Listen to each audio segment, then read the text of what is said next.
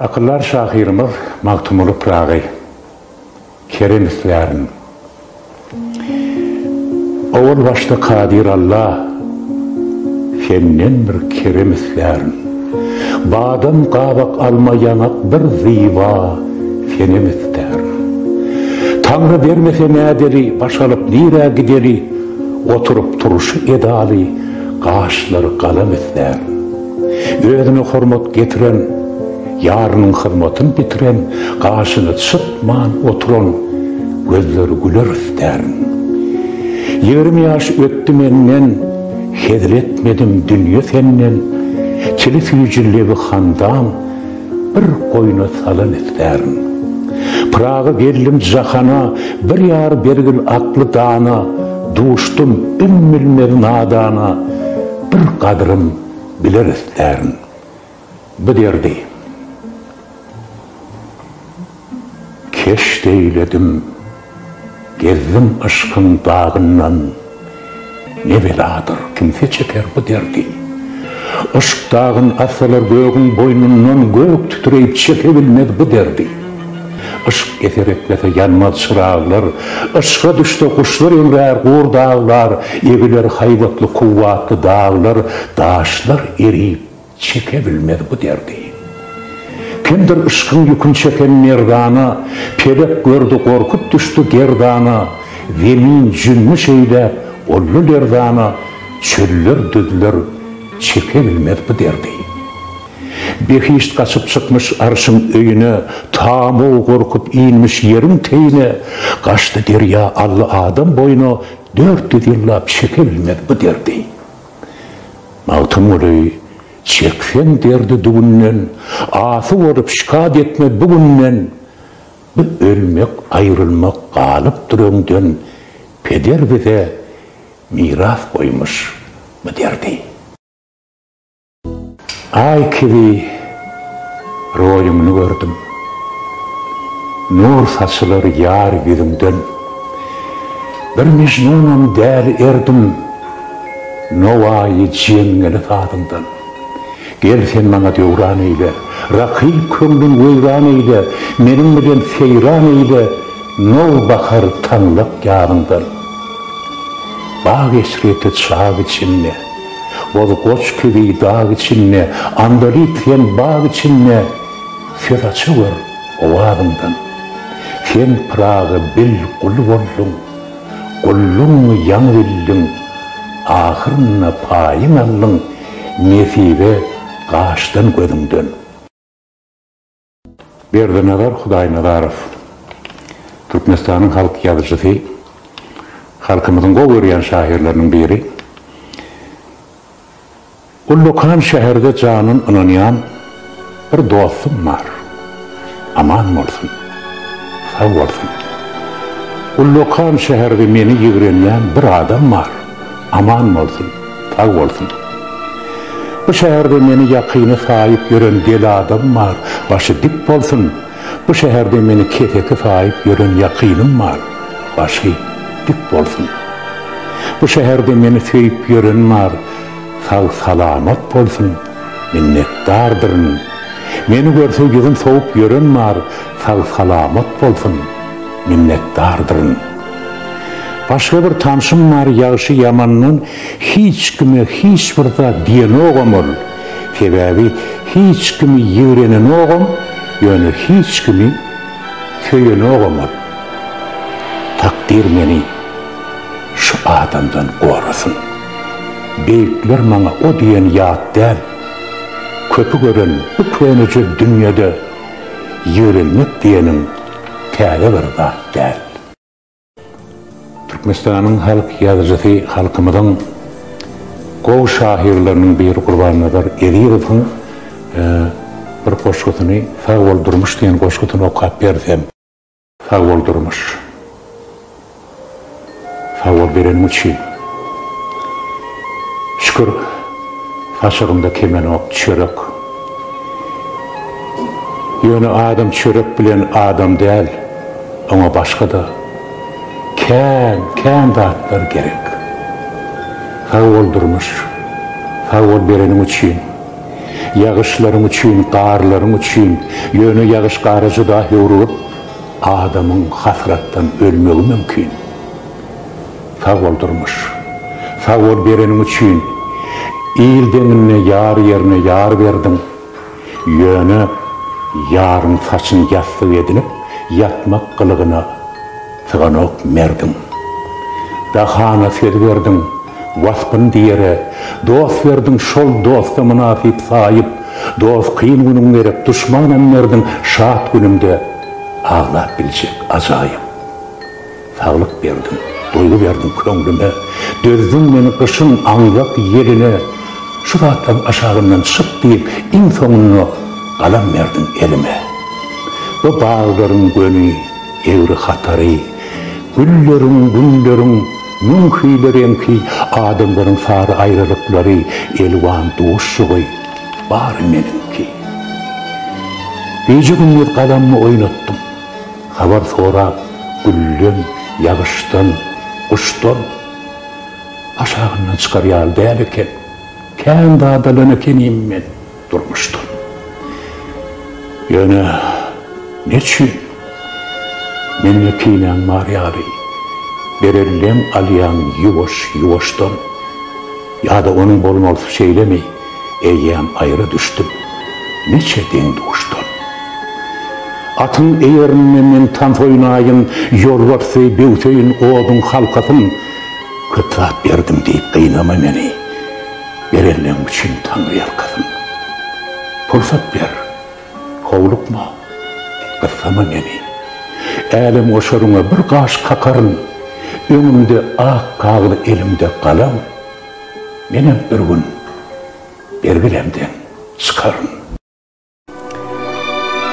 Bana senin gözlerinden gitme yok. Bana senin gözlerinden gitme yok. Bana senin sözlerinden gitme yok. Düşün, bu dünyada sonku gün için senin şahatlık hem kutsağına bağlı. Senin yıkıp kıyçelemden gitme yok. Senin aydın günlüğünden gitme yok. Bu karakol cahillikten giderin, ol hatalı kocalıktan giderin. Çünkü ben olurdan gitmeyen bilem o, emma senin akbalından gitme yok. Men demeyim, sen bolsa ullokan asma, saçını nur edip üstüme dökyan, emma düşün lälem şeyle günne gor, saçların qar bolup üstüme yagar, şonunu ak saçını kıyırıp birime, kararını belentden yerim birine. Men bir kıyırsa gözlerimi görürüm. Men bir kıyırsa sözlerimi görürüm, şafakta görürüm yanağın alın, giyicede görürüm yanağın halın, fiillap yaprakların yerine düzün, onunla senin göryaşını görürüm. Benim aylanıp dur, umutluk ören. Hiçbir gücü on yolunu tutma yok. Dünyanın her gülünle men seni görgen, şunun için bu dünyadan gitme yok. Kadardan dinleyiciler, häzir siz Arslan Karagulov'un yüreğe yakın Durdana koşularını dinleyip bilirsiniz.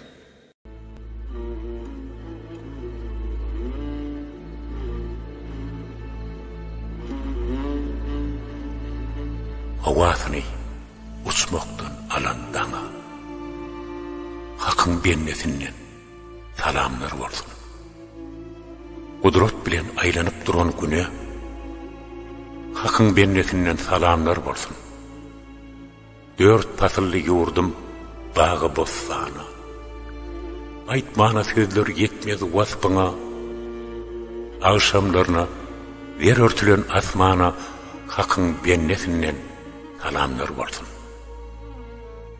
Arap ülkesinin toprak daşına öpsem kıbla gâkim teştir başıma, Hazreti Muhammed göğün hoşuma Hakkın bennesinden salamlar olsun.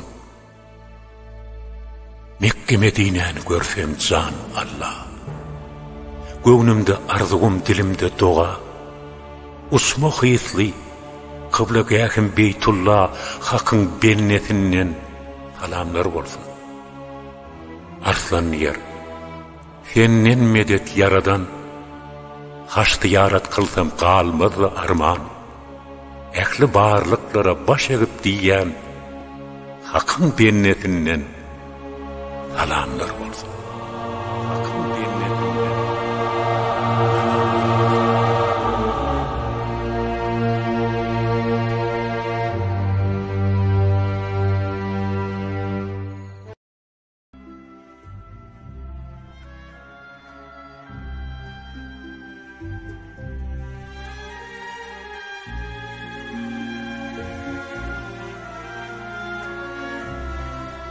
Mätäç birege. Dünya inip adama tohowene. Biz mätäç mudama birege. Dünya Tanrı mätäç bolmaz hiç kime. Biz mätäç mudama birege.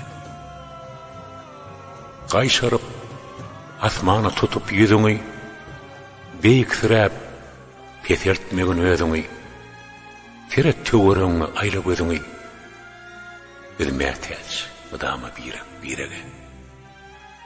Bir ýandan dogulur, bir ýandan öler. Kimler şady horram, kim derde yanar. Bir ýagdaý sekundda üýtgäbemmiler. Biz mätäç, mudama birege. Her gün durly fina, insan baly. Herdem täze fina durmuşyň ýoly. Bir harpdan goşgu bolmaýşy ýaly. Biz mätäç, mudama birege.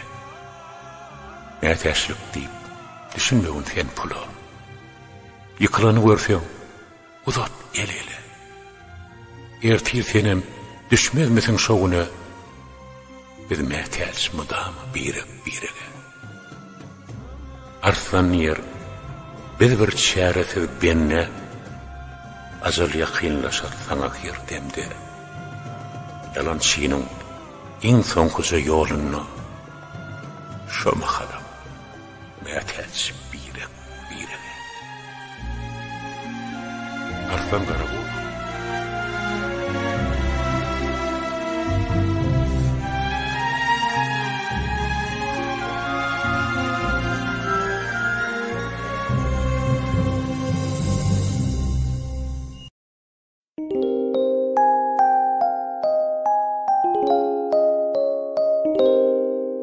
Ecemcan, sen dünýeden gittin, kynlaşdy günüm. Ecemcan yaktılar körpe bağlagy. Gerdenime çöpdüler keçik balym. Ecemcan yaktılar körpe bağlagy. Hiç bir benne oýlanmaz men marada. Her gün naharım, çayım alada. Çäre ýokdur otyryn bir kırada. Ecemjany yaktılar körpe bağlagy. Öýlenjekdim, küýçi arzular bardy. Yar mehrine teşne gözlerim dardy. Yakyn hoslarlarym arkamdan urdy. Ecemjany yaktılar körpe bağlagy. Hiç kim çıkıp beyle yakmaň diýmedi. Hiç kim oýlanmady, derdim duýmady. Çünkü hiç kim meni adam saýmady. Ecemjan yaktılar körpe bağlagy. Gelin galyňyny ruwa görmediler. Toyun şatlygyny maňa dözmediler. Halk köňüne borçludygyny bilmediler. Ecemjan yaktılar körpe bağlagy. Men bilmedim. Näme etdim? Günäm ne? Jogap gözläp yetdim enşeme daňa. Diňe kemsinmäne gellimmi dünýä? Ecemjan yaktılar körpe bağlagy. Arslan yer, menim serim soňlanmaz.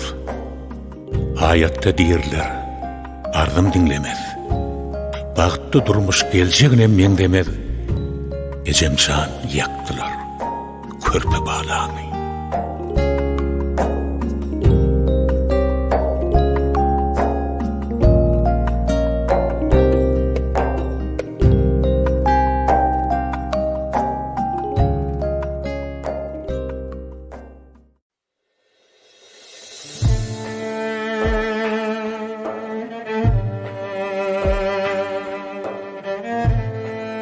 gelirmim. Mecnun olup gezsem dağı düzleri, Leyliyim olup sen yanıma gelirmim. Göz yaşları yuvup kara gözleri, Dıyda çöküp söyleyen diysem söyürmüm. Men ne deyin, yüreği oda atsam, telve yali sen neyip yola çıksam, mehrine teşnelep yıkılıp yatsam, çeşme olup doğduklanma damarmın. Ya da kışın mını sen neyip gitsem, ayıdlı garların aslına yatsam, şonna kudret bilen bir yerden çıksan, soğuk kalbi ışın bilen çoğuyormum. Arslan yer, ömrüm sonuna yetsem, bu dünyadan geçip dem sanap yatsam, gözlerimi sen yoruna diksem, mehribanım, hoşlaşmana gelirmim. Mehribanım, hoşlaşmana gelirmim.